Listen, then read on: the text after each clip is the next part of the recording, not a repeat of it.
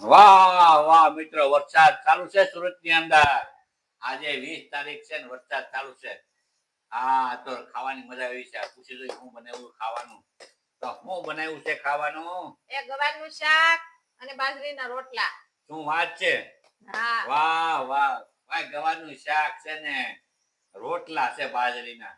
તો મિત્રો તમને કેવા ભાવે તો કોમેન્ટમાં લખજો.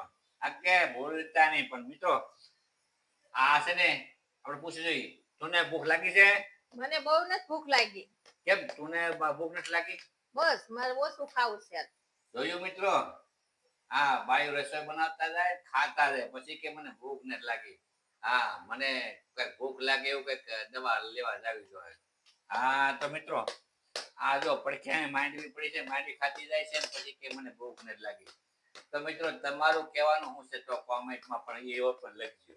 હા, અરે મિત્રો હું તમને એમ કહું છું કે તમને ગવાનું શાક ને રોટલા અને ભરેલા મરચાં હોય તો જામી જાય કે ન જામી જાય તો કોમેન્ટમાં લખજો.